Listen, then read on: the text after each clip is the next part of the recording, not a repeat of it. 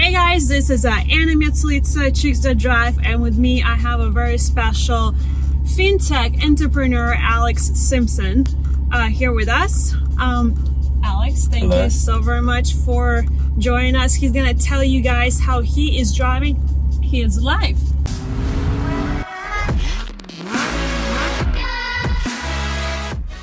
Thank you for having me in my car here. But no, it's a pleasure to connect and chat about this. I'm very privileged to be in America, originally from South Africa, and kind of my fintech background started originally from actually coming to America and seeing the Square business, the mobile point of sale. Oh, okay. So that was a big motivation and a great business model. And that motivated me to start something very similar back in South Africa with good partners. And that taught me a lot. I think since then, since the age of 17, I got really into the fintech space and things just escalated and I learned and got humbled and so yeah, very grateful. What is it about fintech that you like so much? I think because it's in everyone's day in life. I think cash, transactions, payments in general, something that everyone goes through from like a business to business point of view or a personal point of view, from budgeting. And I think the essentials around money are really intricate, and to build platforms around that help people process, manage any sort of funds, it's really cool. And it's every day, everybody's in some way or another 100% is connected to the fintech. So I wonder, since you've been entrepreneur pretty much I think your whole life, right?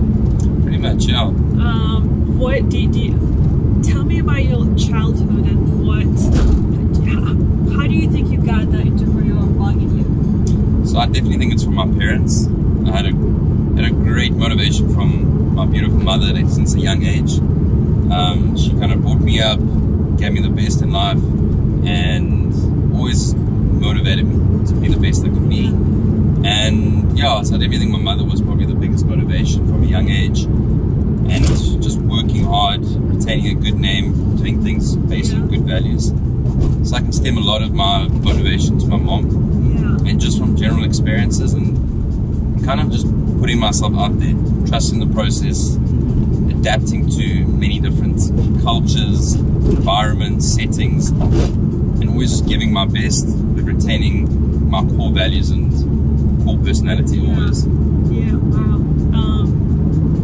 What was your first venture, entrepreneurial venture? Do you remember? Yeah, the first venture was actually in that mobile payments business. So I started with a very good friend who was a developer back in South Africa. The concept of Square came up. So we envisaged down that road, got personal financing from a family friend, and yeah, it was a very humbling process. And how old were you? I was 18. So wow. it was a good journey and taught me a lot. Mark Zuckerberg here. The next. No, it taught me a lot, and I think what was nice about it was like all the businesses that I was part of, like they were based with good friends, and those friendships retained. And yeah, but I think going through any sort of entrepreneurial journey, you can never plan ahead. There was lessons that I could have been told by numerous mentors, etc., that I only could learn when going through the obstacles. Yeah. What was the biggest lesson? I'd say, the biggest lesson was doing a due diligence and getting it's important not to get too excited ahead of getting like clarity of your target market or kind of like what the solution is. And I think personally, from whether it be fintech or technology, I found a big difference between going B2C, like developing solutions direct to consumers, and going B2B, where it's a lot more focused, it's a lot more it's a lot easier to manage the relationships between businesses as opposed to end customers, and the marketing budget needed for B2C. So that was a big lesson I learned. Do you prefer, would you choose like one over the other? Definitely B2B. Yeah, that's definitely where my focus is. It is hard. B2B is hard. Yeah, nothing in life is easy. I think it's correct. It's got got its own challenges, but I think from working with fewer clients and like developing stronger rapport and case studies with on a B2B basis, it can be controlled a lot better, and I think that's where I got more comfortable. Right. Wow. What would your advice be for like anyone who wants to start their own business, become an entrepreneur, if you have to?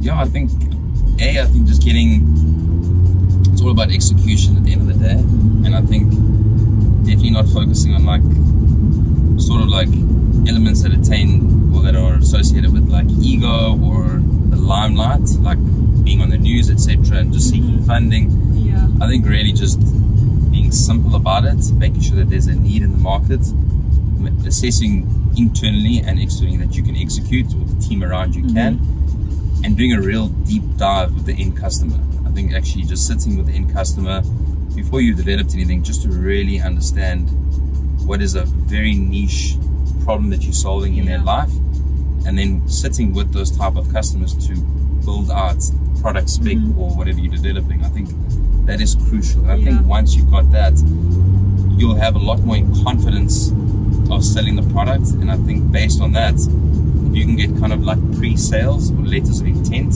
depending on what the business is, that steps you far ahead in terms of, you know, things like funding and getting the business going.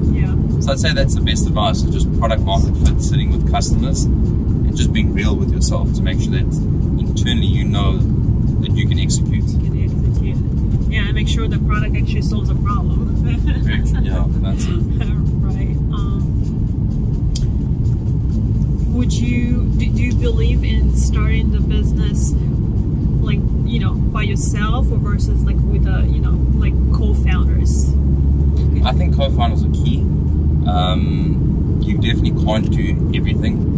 And myself being like a control freak, I try to do so many things that I missed so many gaps in terms of like whether it be missing sort of terms and agreements or overseeing certain business development needs. I think co-founders are crucial, and I think it's key also every time you enter into like a business endeavor, get everything in writing, especially the roles and the KPIs for everyone. So I think that just clears a lot of stress in the future and sort of like gaps. So I think getting things in writing is crucial in it. So, and then everybody's on the same page. 100%. Obviously, as like entrepreneurs, we, you know, go through different obstacles, right? What is the obstacle that you recently overcome? I think the ability to say no to things and people. I think growing up, I've always had a tendency just to say yes to things, to please people, and just to take on every opportunity. So kind of reducing that and being more cognizant about what to take on and how to say no respectfully. It alleviates a lot of stress and the gaps where you would just kind of be too spread on opportunities and not focused enough. I'm not perfect at it anyway, but I'm learning how to get better. So I think that's one obstacle that I'm becoming more cognizant about. And time is precious. He always says that. When you spread yourself too thin, you're just all over the place, and you know, the time is a precious resource. You gotta keep it focused, right? 100%. What was your first breakthrough moment through your career? If you like aha breakthrough moments or like something that, you know, happened that like it reinforced your beliefs that okay, like I should be doing this. I think it was getting customers. I think customers was a really good validation, and successfully raising funding for ventures. I think those were two validations, but I think the most important validation that I'm still sort of yearning for, that I need to become better on, is internal validation, like making sure internally that I'm happy within and that I'm achieving like the goals, and I'm always grateful for what's like happening, because you can get trapped in your own head and it becomes like pathological. So until you get that happiness and validation within, I think that's the key that I'm always working on being cognizant of. You think you're too hard on yourself? Yeah, I think it's safe to say that most entrepreneurs are. You become like obsessed with attaining more and like having more goals to aspire to, and time goes so quick. Like if you don't realize what you've achieved, or just small milestones, and that you gave it your best. Give yourself credit. Yeah, it's important, and it's very hypocritical for me to say because I'm terrible at always taking my own advice, but I'm great at giving others. But it's something that, it's something that I'm very aware of. How do you work? Like, how do you cope it? How do you overcome this? Or like become better at, being not as, I guess, hard on yourself? I think just reflecting. I have a personal coach that helps a lot, and I think rationalizing situations and kind of planning them out as much as I can is key. So I think just reflecting and looking back incrementally at your past. So like a year from now, 2 years from now, if I look back a year from now where I would be now, would I be happy? And if that answer is yes, or if I've exceeded that kind of goal and I'm honest with myself, it gives me a sense of like calmness and even more motivation to keep pushing. And the answer is, I think for most people, I think it's yes, but I think people are so caught up in the future that you don't really realize. The present. Yeah, you don't look retrospectively to realize where you are today, and if you would be happy looking back, looking future. Yeah, totally. What is do you have any role models? Yourself, who's your biggest role model? Yeah, I'd say I got a good inclination towards Elon Musk, George Clooney. I think there's different aspects of those kind of characters I like. In each of them, like kind of different. Yeah, very different. I think with Elon Musk, he just sort of achieved big things for the greater good. Yeah. I think just that mindset with no limits was very it's very aspiring. Yeah. I think with George Clooney, I think his sense of class, family orientation, how he treats people from what I've seen, I don't know him personally, those are very appealing attributes. Wow. That's a great role models to be aspired, to be like them. It's, Elon Musk. Elon pretty much comes up at every conversation that I have with entrepreneurs. No, he is good. Besides the fact that he's South African, it's like... Oh, that's right, yeah. Yeah. So you're similar, you have similar backgrounds. Origin, yeah. Origin, wow. He's also an immigrant, like you.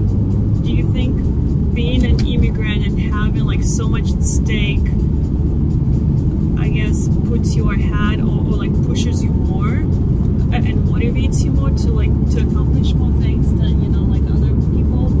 100%. I think it definitely does. You're very cognizant about being in a new place, and you've got this like constant sense of gratitude to be here, and it's very motivating. I mean, just to be in a new place, kind of let go of things that you had back home, and it's very humbling. I became very minimalistic in terms of holding on to things, retaining things, because everything is temporary. So that was a good realization. I think just having that that focus to build in a new place, and you kind of you got only one way forward. Yeah, you kind of building the foundation and of the your house, right? 100%. Because it's a new place, you're laying the foundation.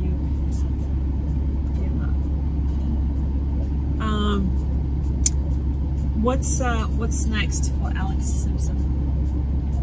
Yeah, I think just to keep improving internally.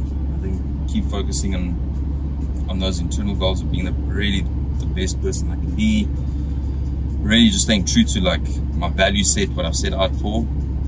Never changing regardless of the growth ahead, any sort of accumulation that comes up physically or mentally or materialistically.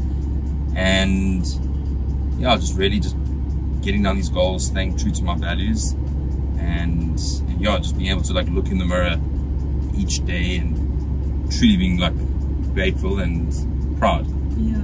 That's a big thing. What is the one thing or a few things that you feel grateful for and more blessed, especially right now? Yeah, definitely my friends, definitely my family, my health, the drive that I have doesn't seem to go away. It just keeps on growing, and I think and I think that motivation is a blessing, and I'm grateful for that. And just to, yeah, I think those few things just keep me going.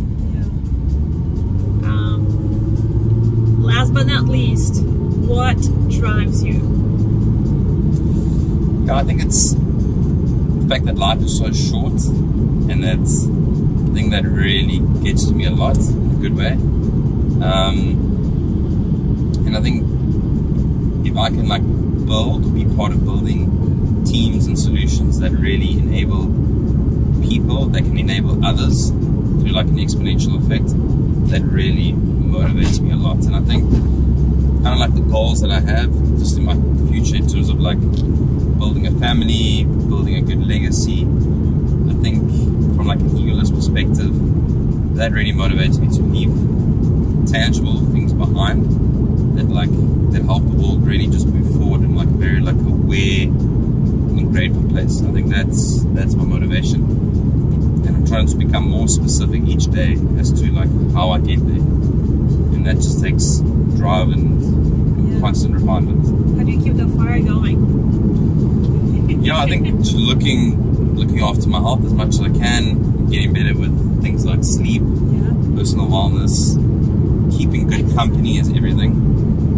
Yeah, exercise, keeping good company is everything. Like the class I retain around me is so important.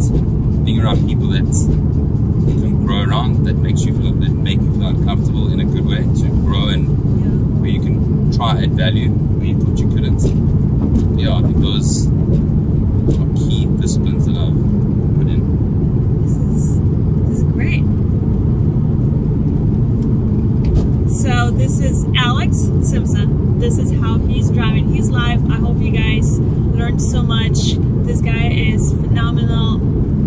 Such a great human and super focused with a great drive, and really an inspiration to me, and I think he will be inspiration to you guys. You should follow him and see what he's up to on all of his next ventures, and because he's leaving the legacy behind, that's for sure. Stay tuned.